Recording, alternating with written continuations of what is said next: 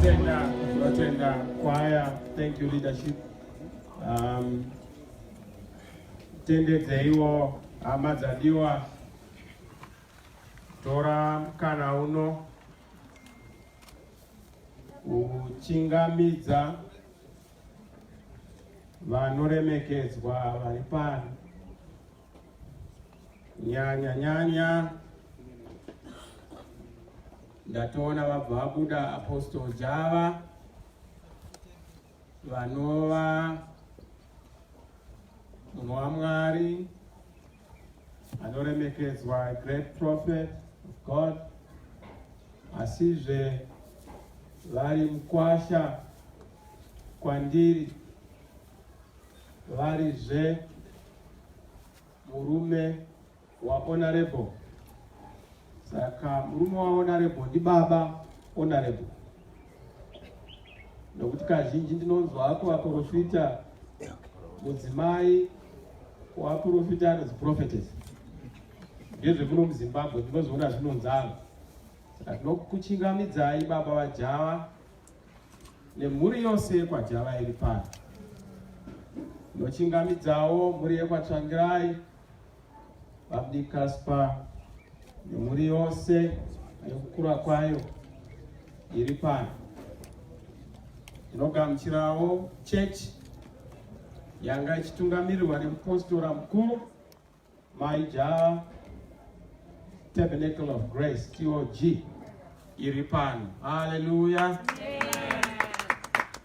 Nditendedzewo kugamuchira chingamidza vakuru vemusangano inova bato ranga richitungamirirwa naMai Java, Movement for Democratic Change yatinotungamirira.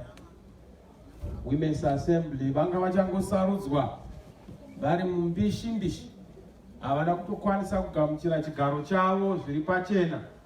Tatito tinozviita pavhiki rinouya netariro yokuti vanga vachaita zvakanaka. Secretary General of the Women's Assembly, chinova chigaro chikuru. Chingamidzai vari pano vatungamiriri Standing Committee, National Executive nema MPs madistricts edu. Handichanyopedza nguva neprotocol. Ini mashoko andinawo mashoma. Zvinorwadza kuti pachinano chada pakutungamirira kubva panosiyiwa upenyu hwepano panyika naDr. Richard Morgan Tsvangirai. Kana iri semhuri yekwaTsvangirai ndine urombo hukuru ndiri kurwadziwa nemhuri yekwaJava. Tanga tichingova mumaoko nemaoko. Takasiyiwa naDr. Richard Morgan Tsvangirai muna February.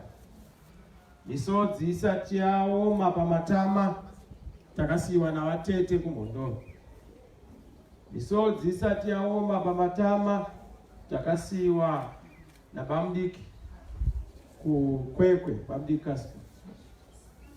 Misodzi isati yaoma zvepamatama, takabva tasiyiwa nemukomana Tafadzwa Mhundu akanga achishanda naMai Java. Tichiti karonda kaya kuda kupora, tapodzwa naVimbai, sezvo takaona riri ruva ranga richigona kunomira panga pakamira dzinde redu guru Dr. Richard Morgan Tsvangirai. Ronda riya radzimbirwa. Vimbai akanga auya pachinhano chiya, watorwa wadzipurwa. Saka tiri kuchema kuti ichi chibhakera kwete chematongerwo enyika, nokuti tikati chibhakera zvinoenda kumatongerwo enyika. Chibhakera cheupenyu chauya kwatiri sebato, asi chauyawo kumhuri yekwaJava, chauya kumhuri yekwaTsvangirai, chauya kunyika, chauya kurudzi rwedu. Rudzi nokuti kazhinji munoona panosumuka vechidiki tinotarisa kuti ndo vachachengeta vakuru. Onai, Mai Java vanga vari mudzimai wechidiki, vatatitarisa seruva ranga richisumuka zvinhu zvedu zvifambe zvakanaka. Isu tatine temba navo. Ndaenda kuchipatara kunovaona, vakanditaurira chinhu chimwe chete, vakandifungidza zvapurezidendi Tsvangirai. Tarohwa rimwe gore, President Tsvangirai vari kutibvunza takarara pamubhedha muAvenues. Anzi ari kuadhiresa vanhu ndiani? Kati mudhara muri kufunga kuadhiresa vanhu. Isi tarohwa tifanira kuponda pana. Muri kufunga zvevanhu. Chimbosiyai vanhu variko kwavanoadhireswa nevariko. Tikazi aiwa tofanira kuona kuti vanhu vaadhireswa navo. Vimba yakandirangaridza ndapinda muhospital. Chinhu chokutanga akati President, chigaro changu muchamisa here ma-elections eCongress kuitira ndiwe kuzokambena semakambenero vari kuita vamwe. Kati aiwa chigaro chenyu vanhu vanoziva kuti muri kuno kwamuri, asi munongozodzoka vanhu vavhota, tinodayiro kuti vanhu vanokuvhoterai. Vanhu havana kutinyadzisa nokuti ndaitova nemusoro waitema apostoli. Vanhu vakanovhota zvine mutsindo vakatsigira maijara. Tikapemberera tikati vasarudzwa kuti vapinde muchigaro. Asi vapinda muchigaro hatina kuziva kuti isu kuronga kwedu kwenyama Mwari vane marongero avo. Panyama takavaita MP, panyama takavaita Secretary General, panyama taiti nhasi uno tine tiri kuHarvest House Morgan Tsvangirai House, tine mutungamiri wedu ari kusumudzira legacy yemukuru wedu kuti zvinhu zvedu zvifambe zvakanaka. Asi honai patiri pano rufu harukokwi. Hakuna munhu anoti rufu ruchauya musi wakati. Ndosaka ndanditsanangura pamudiki mandasi ndikati chemai mune tariro apostol, God is in it. Ndinogara ndakaudza vanhu kuti kunaka kushata kwezvinhu Mwari vari mukati mazvo. Hakuna chinoitika Mwari vasina kutendera. Uye chese chinoitika tinogona kuona sechakaipa, but chakange chine murevo nemunongedzo kubva kuna Mwari. Seiko achinzi marinda? Seiko achinzi makuva? Iguva nokuti ndo kunokuviwa munhu wese. Guva harina nyaya yekuti uyu ndi honorable. Guva harina nyaya yekuti uyu ndi president. Guva harina nyaya yekuti uyu ndi advocate. Guva harina nyaya yekuti uyu ndi apostle or ndi prophet. Guva inzvimbo inoendwa nayo nokuti rukodoya rwoupenyu. Hakuna unogona kuinda kuupenyu hutsva asina kupfuura neipapo.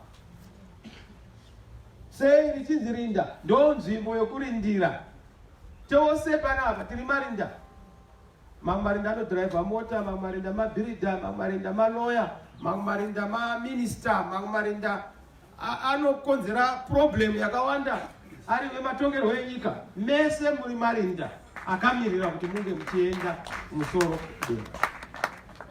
Ndikudaro ndoda kuti tisimbisane nokuziva kuti chokwadi ndechekuti panyika panodii? Panopfuura. VeRoma vanoti hatizivi seiko, riniko, zvaita sei, asi munhu wese anodii? Anopfuura. So honorable pastor, simbiswai naMwari. Mashoko edu tichichema nemi nhasi ndekungoti muri yose tichafamba nemi paurongwa hwesewo kuti zvifambe. Isu maitiro edu kuMDC, chero anga ari mutungamiri weMDC anga mutungamiri wenyika. Ndachinonzi MP haasi webato, MP ndewenyika. ZANU-PF, MDC, mese kana maapana MP makatarisa mutungamiri umwe chete. Ndosaka ndichiti hatifani kunyanyovavana nematongerwo enyika. Nokuti zvese izvi zvinoitirwa kuti tive nechinhu chimwe chete. Haufani kuvavana neni kana uri ZANU-PF kana uri MDC, nokuti kana tatamba tose tamba mese mujairirani. Ndachinonzi kuvaka nyika zvanza zvinogezana. Tiribvi nemupimbira gombo rimwe chete. Hakuna chitsitsino chinoramba kutamba nechigunwe. Ndachinonzi chibhakira zvigunwe zvakabatana. Chinonzi svingai huni dziri pamwe chete. Hakuna munhu anogona kubudirira ari mumwe chete. Tinobudirira takabatana tichifambisa nyika yedu. Saka ma-MP tinotarisira kuti achachema mumwe MP wenyika kwete webato. Hakuna paramendi yeMDC munyika muno. Hakuna paramendi yeZANU-PF. Kune paramendi yeZimbabwe yakamiririrwa nebato reMDC neZANU-PF. Kureva kuti tiri pamwe chete, zvikomba zvinosangana mundiro yenhopi. Hapadi kubayana kana kuvengana, inhopi yedu tese. Ende kana tigadzira nhopi hapana anofana kudira jecha, ngapadirwe shuga. Ndikutaura nyaya nokuti ndo nyaya yaidi kwakuonekwa apostol namaijava. She was a humble person. Munhu akanga ane rudo. Every time president, every time mother, I respect munhu netitle yake. She was a humble lady. Kana kuchechi ndoziziya kuti madzimai arasikirwa, women of excellence. She was a powerful woman. Anga akazodzwa akadanwa. Vamwe havazivi vanoti politics ngadzisiyane nematongerwo enyika ne David. He had 3 anointings. He had a prophetic anointing, he had a priestly anointing, prophetic. Bananga ni kingly anointing foot. So mwanzani kana tirisuwe kungwe takadanwa takanongezwa politics. Takatumwa basa iroro kuti tise chiedza nokuti politics dzine rima rakawanda. Pakashayikwa zvitaitai vanhu vanoparara. Ndo basa ranga richiitwa namai Jala. Kuvachiedza mukati merima. Vanga vari mutosori werima. Wokuti panenge pakawanda rima, vanga vachitipa chiedza. Maapostles anofana kuramba achitawo basa rakadaro. Ndosaka muchiona basa ravo vachita tinoritenda. Ndichidaro ini ndakuda kupeta nyaya yangu yekuti tinochema semhuri, tinochema semusangano, tinochema senyika. Hama dzadiwa, mudzimai uyu ndataura naapostol, handisi kuti apostol kuti vachada kutaura something here. But ndataura naapostol. Apostol akanditi vachamisa semusangano mune pamunofana kubatawo nemhuri nepainobata. Isu patichabata kuGlenview kuchaitwa gungano raMP vedu. Ndava MP ndi MP muupenyu nemurufu. Isusu tinofamba pamwe chete. Tichabata futizve kunyaya ichaitwa paMRT, patichapa ruremekedzo kugamba redu. Isinopa ruremekedzo rwegamba kuvatungamiri vemusangano wedu nokuti anga ari pabasa.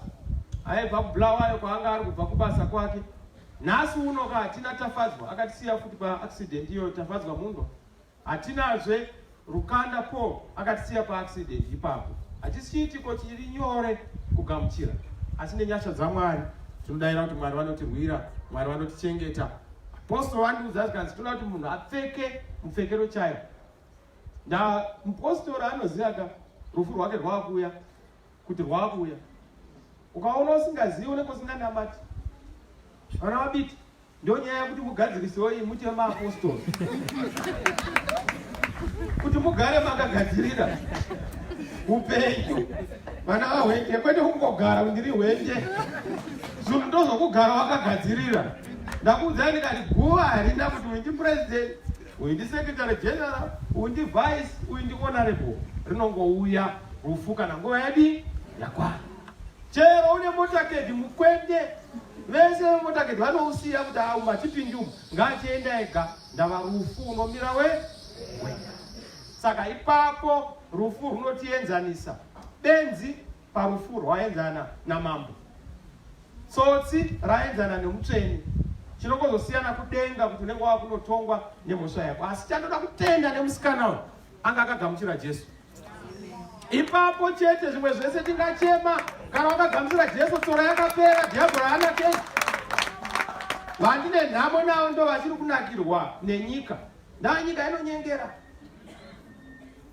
Doctor, go ahead, ndakamira bishop. Nyika inonyengera. Ndoza mchiona antropeza nguwagadzira mawivi. Kuda kutsveta wivi pavhu. Ndavaivwi. Kutoshandirana nevhu. Indakanaka wakanake rinondomoka vhu.